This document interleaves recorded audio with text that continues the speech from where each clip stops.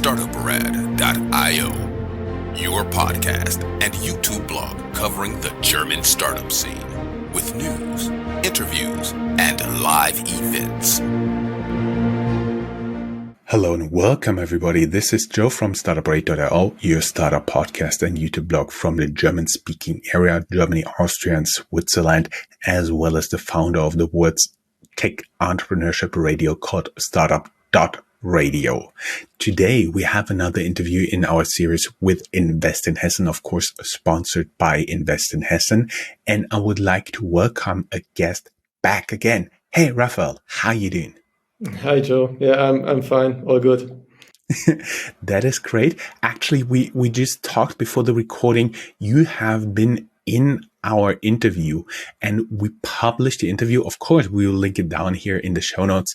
In August, mid of August 2019. So it was almost exactly 3 years ago.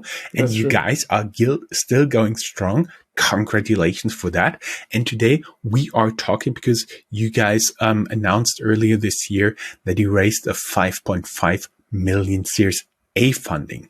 But before we get into that, let us first talk a little bit about you and COMPREDICT. And everybody who's watching this on YouTube, he sees behind you the two cars with the COMPREDICT logo and writings on it. So they can already guess you're somehow related to cars, right? Yes, that's true. So we specialize on virtual sensors for cars. Virtual sensors. Is it something you only attempt to plug in, or how does it work? Yeah, so I can explain. So of course, everybody knows what a hardware sensor is. So a hardware sensor measures a physical quantity. In vehicles, there are many hardware sensors which measure different physical quantities like the wheel speeds or accelerations or temperatures or other physical quantities. A virtual sensor takes the values from the hardware sensors and fuse them together to generate additional physical quantities. And it can act, for instance, it can measure the forces between the tire and the road. This is a virtual sensor we have. We have another virtual sensor which can measure the current vehicle mass or temperatures in the battery pack of certain cells. We have virtual sensors for that. So there are many different use cases for our virtual sensors. I'm not a technical guy and I don't have a PhD in engineering like you do. But for me, it sounds like it's an additional calculation and analytics layer on top of the physical sensors. Would that be appropriate? Yes, that's true. That sums it up pretty well, yeah. That sounds really fancy. And actually, what can you do with that? So yeah, as I said, you can enhance the data which is available in the car. So you can calculate additional values like forces between the tire and the road or temperatures in the battery pack or something like that. Or you can even replace existing hardware sensors. So a simple example would be every car on the market right now has 4 sensors to measure the wheel speed. So they measure the wheel speed of each individual wheel. Do you need 4? With our virtual sensors, you can maybe replace 2 hardware sensors and save money at the end of the day. I see. And when we've talked like years ago, really years ago, I remember that you also did some work for development of new cars so that you can virtually test parts. Is that still what you're going for? Yes, that's still a part of our whole software solution. So this is rather a small market, but also a market we provide a solution for. So you have to imagine automotive companies, they have a lot of development cars. And they put a lot of additional sensors to measure forces, torques, temperatures which act on components and damage them. They put a lot of additional hardware sensors in the vehicles, and these sensors are very expensive. So they just can have a few vehicles with these additional sensors. And with our virtual sensors, it's possible to have a whole fleet of development vehicles where they can measure these important values. So this is also a solution we provide for development cars. And they use the data to then design the components and, for instance, if they are over-designed, make them lighter. If they're under-designed, make them stronger so that they don't fail when the car is delivered to the customers.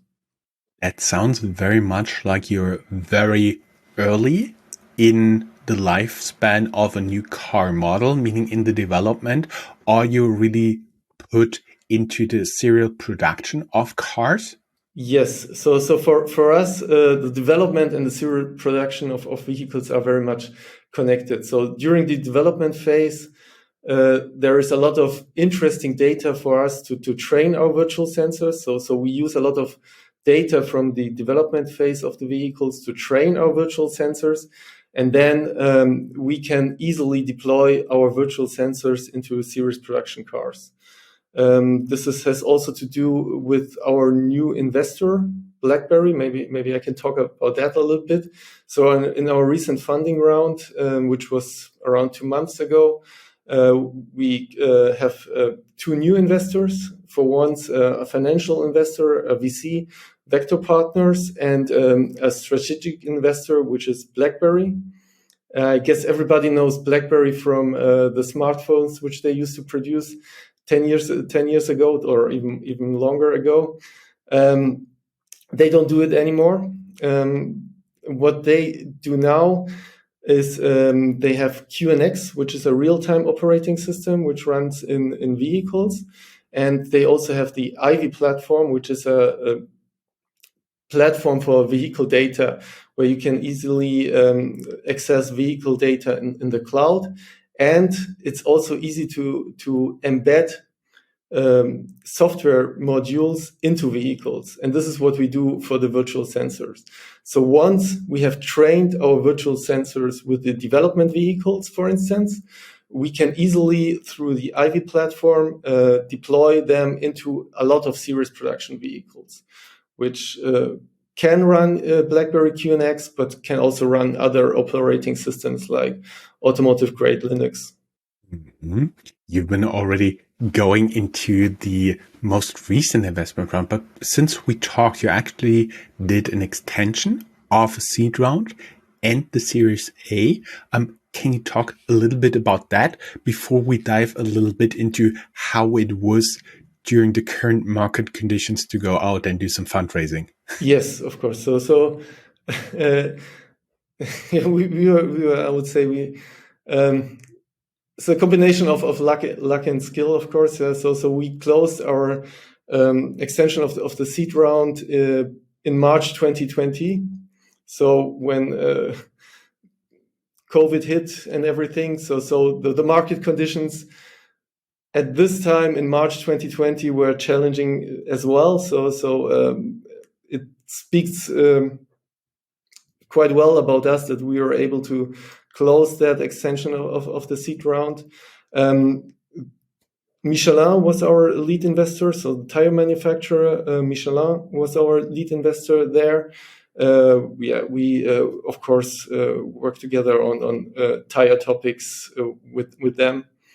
Yeah, and this helped us to manage the COVID crisis, because as you can imagine, everybody was scared, and 2020 was rather tough for us. So we couldn't grow, but in 2021 we again grew strongly, which brought us into the position to raise our Series A right now.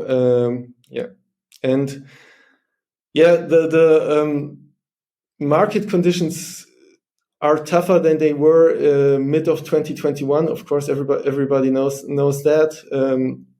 But I think we have a strong product. We have a strong traction with our customers. That's why we were able to raise our Series A. Series A usually means you're past $1 million annual recurring revenue. I was wondering, do you see an impact in terms of the valuation you've gotten or the money you've gotten that may have been 10, 20, 30% higher before the current downturn of the private markets? Yeah, maybe it's hard to speculate about that. I would say, because you cannot do it like an A/B testing. Yeah, so yeah, it's hard to There's speculate. the engineer speaking. You cannot do an A/B testing here. Yeah, but yeah, we're happy with our financing round. We're very happy with our new investors. As I said, BlackBerry with the Ivy platform really can help us to bring our virtual sensors with one mouse click to a lot of vehicles. So this is basically the idea. Can add another virtual sensor to a vehicle with one mouse click. I see. And for everybody who's listening out there or watching this, do you have a few tips for fundraising right now in the downturn of 2022? So, I mean, summer is usually not that busy in terms of making pitches, but fall and winter are. I'm sure there will be a lot of people going out there pitching, a lot of investors, and they'll always hear, it's not as good as it used to be. Do you have some tips how to approach it? Just pitch more investors, be more focused on your KPIs, on your profitability. What would be your recommendation? Sure, yeah. I mean, you have to keep in mind that under these market conditions, it'll take longer than you expect to close the financing round. So in this case, cash management is key because you have to plan some extra months before the cash runs out. So you'll be able to negotiate correctly with the investors and get a good deal. So yeah, looking at cash, managing the burn rate. I guess this is the main tip from my side. Mm-hmm. I see. Usually we have a few more questions. One of them would be, you guys are now pretty well funded. First question is, how long do you expect under the current condition your funding should last?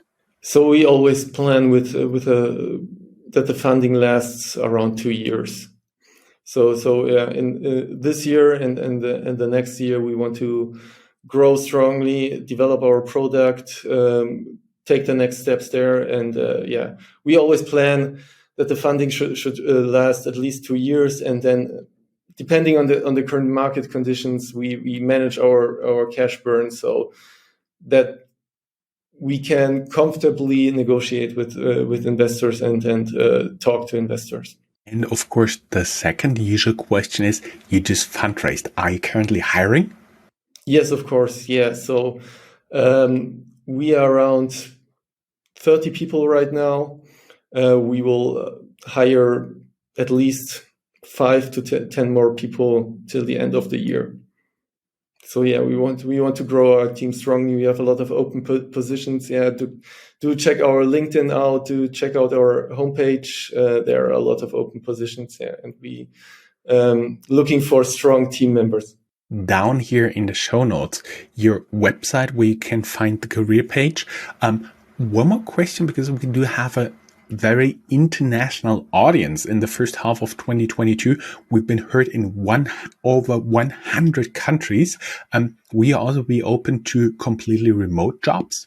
Yes, completely remote. Of course, in Germany, this is no problem. Everybody knows that there is also some implications regarding tax laws you have to be aware of. Yeah, but we, for instance, have an employee who works out of Paris. So EU is of course a little bit easier, and after that we have to see. Yeah, but in Germany is no problem. EU, yeah, we have to talk about it, and all the rest of the world, yeah, we have to see. I see. So what are your plans besides hiring people? Conquer the world? Yeah, of course. I mean, every startup wants to basically conquer the world with their product. Maybe a good measure to and a good goal for us is BlackBerry QNX runs right now in more than 200 million vehicles. Yeah, and our goal for the next couple of years is to have virtual sensors in a major part of the 200 million vehicles, and also with vehicles who don't run QNX, run some other operating system, have virtual sensors there. Okay, I see. So somewhere around 200 million cars are your goal. Okay. Thumbs pressed for that. Thank you. And of course, we've been talking, your money will last 2 years. Opportunistically, you may go out. Are you currently open to talk to additional investors, to new investors? Yeah. So after the financing round is before the financing round. So we maybe what we did slightly wrong the last time is we basically after our financing round in March 2020, we didn't talk to investors till late 2021, which was a mistake in hindsight. So of course we open to talk to investors even right now, shortly after our financing round.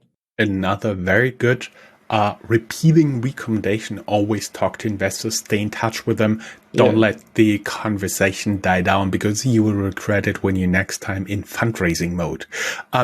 Of course, the last question, because this is here about Frankfurt and the Rhine-Main area. How good did it do for you? What was important here actually as a location for you guys as a startup? Yeah, we are located in Darmstadt, which is around 30 kilometers south of Frankfurt. The Technical University in Darmstadt really supports founders, and which is really great for us. We received much needed support from them in the beginning.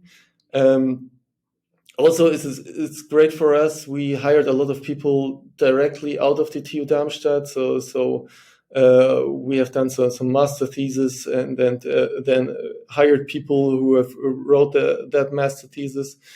And Rhine-Main area is great for us, especially we are international startup. We have customers all over the world. If you want to travel, there's basically no better place in Germany than Frankfurt. Getting a little bit to the last question here. This is heard and seen across the government here in the state and city and so on. And would there be something you would like to address to those political decision makers right now that is, as we say in Germany, burning under your fingernails? Some questions, some requests you would have for them? This is a good question. Yeah. Yeah, that's why we are asking. Yeah, this is.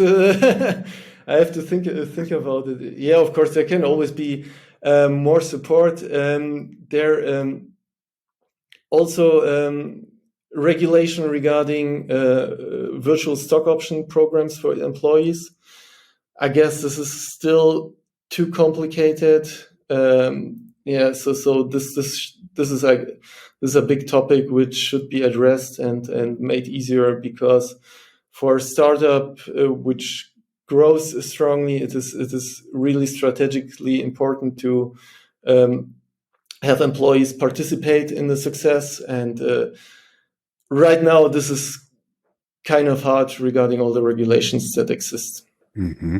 I see.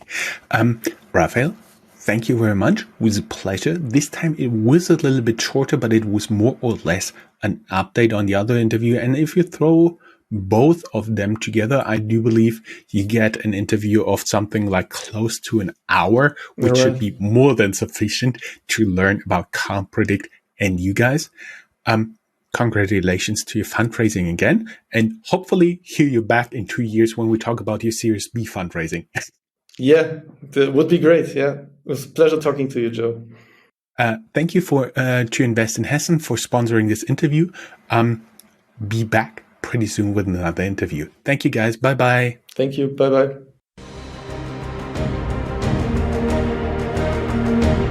That's all, folks. Find more news, streams, events, and interviews at www.startuprad.io. Remember, sharing is caring.